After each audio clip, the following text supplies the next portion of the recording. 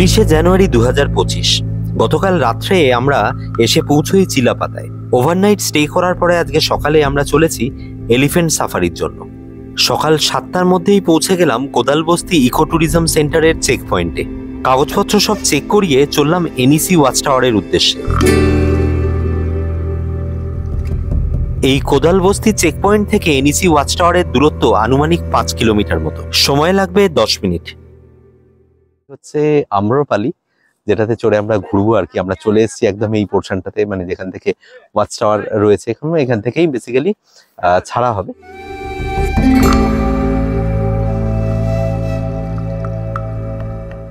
এখানে মোট দুটো হাতি রয়েছে, বাট একটা হাতি এই মুহূর্তে অপারেশনাল নয়। একটাই হাতি এই মুহূর্তে যারা রয়েছে যে এখানে সাফারি করায়, এবং শুট তুলে দেখুন কি সুন্দর পোজ দিচ্ছে। আমরা খুব এক্সাইটেড এই সাফারিটাকে নিয়ে।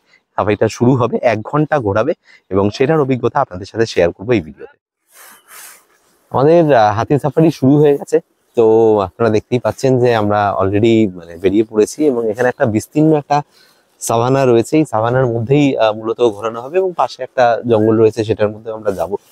আর এই যে সাভানার এর একটা সুবিধা হচ্ছে যে এইখানে কিন্তু বিভিন্ন ধরনের ঘাস রয়েছে, যে ঘাসগুলো সাধারণত এই প্রাণীরা, বনজ প্রাণীরা খায়। মানে হাতি তো ভীষণই প্রিয় হচ্ছে হুন্ডি ঘাস, তো সেটাও দেখাবো। অপর হস্তিনী এবং তার সদ্যজাত শাবকটিও চলল আমাদের সাথে সাফারিতে।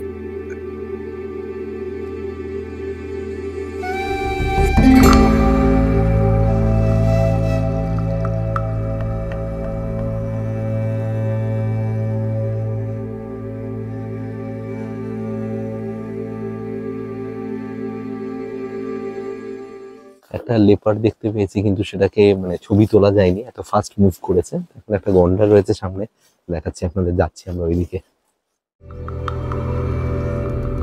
যে কোনো ফরেস্টেই অ্যানিমাল সাইটিং এর সব থেকে প্রেফারেবল টাইমটা হচ্ছে সকালবেলার একদম আর্লি মর্নিং স্লট অথবা লাস্ট ইভিনিং এর স্লট। তবে আমরা দুর্ভাগ্যক্রমে ফার্স্ট স্লটে টিকিট না পাওয়াতে সেকেন্ড স্লট অর্থাৎ 7:30টাতে এই সাফারি শুরু করেছিলাম।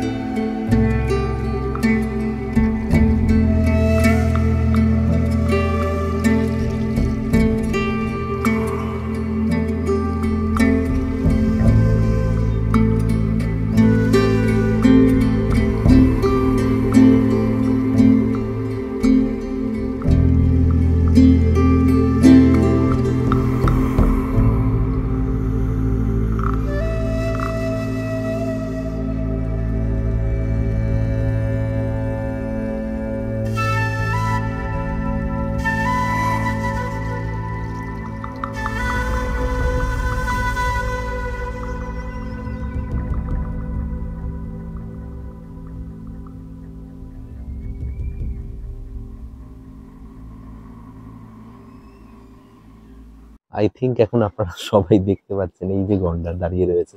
খুব ভালো শট ক্যামেরাতেও নেওয়া হয়েছে, বাট এই যে দেখানোর চেষ্টা করছি। এই হচ্ছে ওয়ান হর্ন রাইনো, যেটা জলদাপাড়া বা আমাদের Gorumara forest is known for. Kaziranga ফরেস্টেও রয়েছে প্রচুর। তো এলিফ্যান্ট সাফারির এটাই সুবিধা যে খুব ভালো স্পটিং হয়, এবং খুব সামনে থেকে দেখা যায়। সেদিক থেকে বলা যেতে পারে খুব ভালো সাইটিং হচ্ছে এখানে আর কি। রাজা, বলো কেমন দেখলে? হ্যাঁ,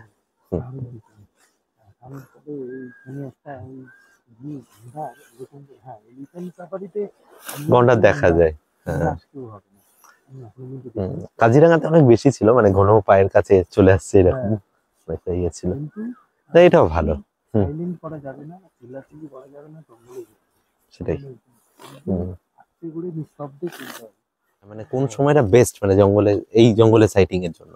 বিশেষ করে এখানে কারণটা হচ্ছে তোমার ওই যে ফেব্রুয়ারি মার্চ দিকে কারণটা পাতা ঝরে। তো হ্যাঁ, পাতা ঝরার সময় কি হয় কি ওদের খাওয়াটা একটু মানে শর্ট পড়ে। তখন খাওয়া খোঁজার জন্য ছুটাছুটি করে এদিকে ওদিকে। যেখানে ন্যাচারাল জঙ্গলগুলি থাকবে ওইদিকে একটু সবুজ থাকবে, মানে ঘাসগুলি। তো সবুজ ঘাসটা খাওয়ার জন্য মানে ছুটাছুটি বেশি করে, ওই সময়টা দেখাটার চান্সটা বেশি থাকে। আচ্ছা, মানে ফেব্রুয়ারি মার্চ। আর এমনি টোটাল কত এটা বললেন লোকে, মানে টোটাল জঙ্গলটার আয়তন? আয়তন হচ্ছে জলদাপাড়া পুরো, এটাও জলদাপাড়া, এটা যে এনইসি ওয়াচ টাওয়ার থেকে আমরা যে সাফারি যে করছি সেটাও জলদাপাড়ার মানে একটা পার্ট হচ্ছে। পার্ট, তো এটা টোটাল আছে জলদাপাড়ার যে পার্ট আয়তন হচ্ছে 216.51 স্কোয়ার কিলোমিটার। আচ্ছা সেটার মধ্যে আমাদের ওয়ান সাইডের দিকে একটু একটা এরিয়া দেওয়া আছে এলিফ্যান্ট 1 ঘন্টার যে সাফারি যে হয় ওইটার জন্য, মানে এই যে গ্রাস লাইন পাচ্ছি এটাই আছে। আপনার নাম কি দাদা? আমার নাম হচ্ছে বিকাশ। কতদিন আপনি রয়েছেন এই জলদাপাড়ায়? 17 বছর হয়ে গেছে। মানে এই হাতি সাফারি করেন? আপনি তো রোজই এই বন্যপ্রাণী দেখছেন, আপনার তো আর দেখার কোনো আগ্রহ নেই তাহলে? হ্যাঁ, মানে আলাদা করে আর কিছু মনে দাগ কাটে না? মানে এই জবগুলো ভালো, মানে কিছু কিছু জব হয়, মানে আমরা সবসময় ভাবি যে আমাদের জবটা খারাপ, অন্যটা ভালো। হয়তো ওনার এরকম রিয়েলাইজেশন হতে পারে, আরে ভাই মানুষ দেখতে পাচ্ছি না তো, সারাদিন বন্য প্রাণী দেখছি। তো এইরকম মানে থাকে কিছু কিছু প্রফেশন মানুষকে করতে হয়। তো যাই হোক, কেমন লাগছে আপনাদের? মানে ওভারঅল মানে আমার তো মানে আমি রাইডটা খুব এনজয় করছি, ভীষণ কমফোর্টেবল। এই যে হাওদাটা লাগানো রয়েছে এর মধ্যে আমরা বসে রয়েছি, এই যে আমাদেরকে এখানে ধরে রাখতে হচ্ছে এইটা, তো ভীষণ কমফোর্টেবল, খুব একটা কষ্ট হচ্ছে না, যেটা মেন। তো ভালো লাগছে। আর একটু একটা মিঠে রোদ গায়ের উপরে পড়ছে, তো মানে ঠিক ঘড়িতে এখন সময় 8টা 10, একটু রোদ্দুর বেরিয়ে গেছে। তো শীতকালে এটা মিঠে রোদ ভালো লাগে। আর একটু পরে হয়তো একটু কষ্ট হবে, এটা একটু মানে 8:30টার লটে যারা হয়তো আসবে তাদের একটু বেশি গরম লাগবে, আর আমাদের ভালো লাগছে, মন্দ লাগছে না। আমরা আবার তোরসা নদীটা ক্রস করছি।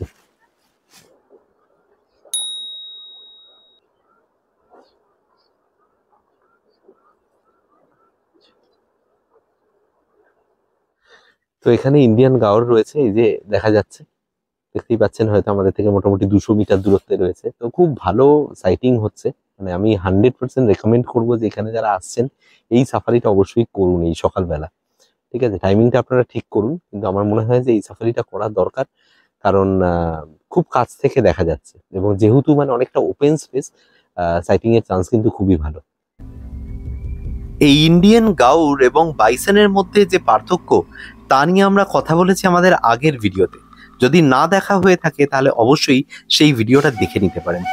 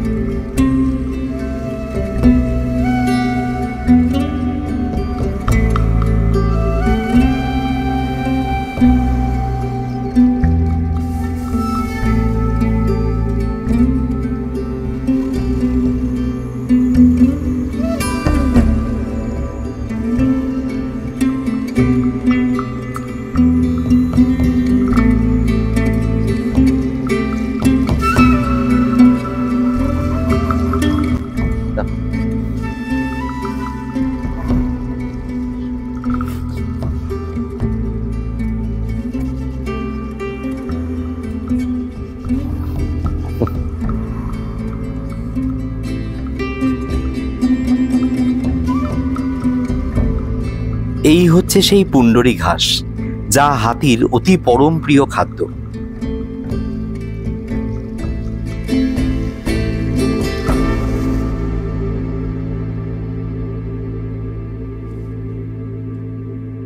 আজকের মতো আম্রপালির ডিউটি শেষ। আজ তৃতীয় শিফটে আর কোনো বুকিং না থাকায় আমরাই ছিলাম তার শেষ সওয়ারি। সো আমরা জাস্ট নাও সাফারিটা কমপ্লিট করে এসে বসলাম এখানে, এবং এটা হচ্ছে ওয়াচ টাওয়ারের উপরে। তো আমরা কি কি দেখলাম তাহলে? লেপার্ড দেখলাম। মানে এটা একটা সারপ্রাইজিং, মানে এখানে লোকজন আসার পরে বলছে যে লেপার্ড দেখেছে, মানে খুব লাকি তাহলে তোমরা, এরকম একটা ব্যাপার হচ্ছে।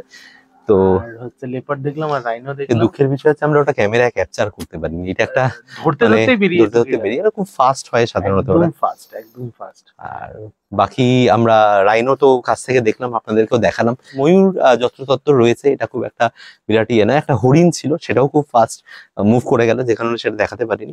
সামনে দুটো হাতি দেখতে পেলাম।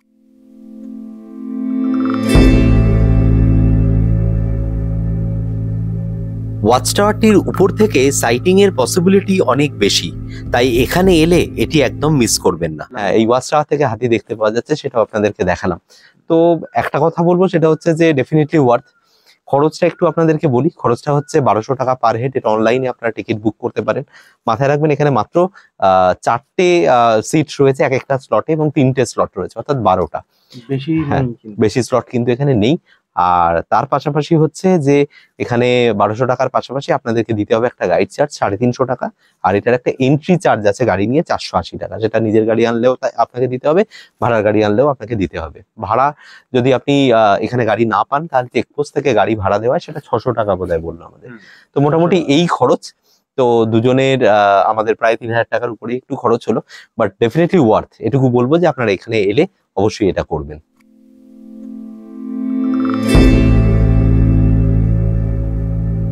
ফেরার পথেই পড়বে মালঙ্গি নদী এবং তার পাশেই ওয়েস্ট বেঙ্গল ফরেস্ট ডিপার্টমেন্টের মালঙ্গি ট্যুরিস্ট লজ। আপনারা চাইলে এখানেও রাত্রিবাস করতে পারেন। এরপরে আমরা ফিরে গেছিলাম চিলাপাতায় আমাদের আস্তানা চিলাপাতা ডেনে। কোদালবস্তি থেকে দূরত্ব প্রায় 17 কিলোমিটার। আমি রাজীব সাহা, আমি রাজা সাহা। আর আপনারা দেখছেন গ্লোব ট্রটার ইউটিউব চ্যানেল। আমরা ঘুরে বেড়াচ্ছি চিলাপাতার জঙ্গলে এবং সেখানকার ভিডিও বানিয়ে আপলোড করছি এই চ্যানেলে। যদি আপনাদের এই ভিডিওগুলো ভালো লেগে থাকে তাহলে অবশ্যই ভিডিওগুলোকে লাইক, শেয়ার এবং চ্যানেলটাকে সাবস্ক্রাইব করে নেবেন। দেখা হচ্ছে আপনাদের সাথে আমাদের পরের কোনো ভিডিওতে। Till then, bye by.